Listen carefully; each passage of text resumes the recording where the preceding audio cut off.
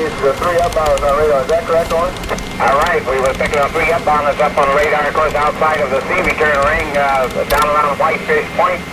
And the lookout here was keeping a lookout because at the time I said he was 10 miles that we should see his lights, and the lookout was keeping a lookout. We never seen any lights or flares or anything. Roger, thank you for that information, and we'll get back to you if we need any further, over. Hey, Roger. W4805, the Anderson. Can you give me the names of the 3 upbound vessels that were supposed to look for the Fitzgerald, over? Searchers have found no trace of survivors from the ore carrier Edmund Fitzgerald, which sank last night in the easternmost part of Lake Superior. WCCO's Jerry Bowen reports from Sault Ste. Marie. The Fitzgerald was carrying a crew of 29 and a cargo of 25,000 tons of taconite when it disappeared from the radar and visual sighting of a second ore freighter that had been called in to help it.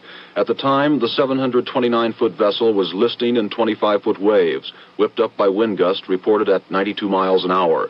The search for survivors and any sign of the ship intensified with daylight, but several overnight developments clouded that effort. A flare was sighted on the rough seas, but vanished. A broken lifeboat and several life vests were found. But even more ominous was the discovery of a large oil slick. A Coast Guard official said it would be nothing less than a miracle if any survivors turned up.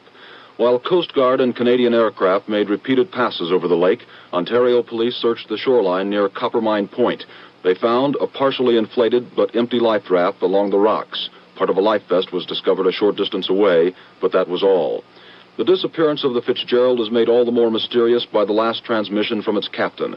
According to the Coast Guard, he didn't sound upset as he radioed, "We're taking on some water, but otherwise we have no difficulties." 10 minutes later, the Edmund Fitzgerald vanished. Jerry Bowen for CBS News, Sault Ste. Marie, Michigan.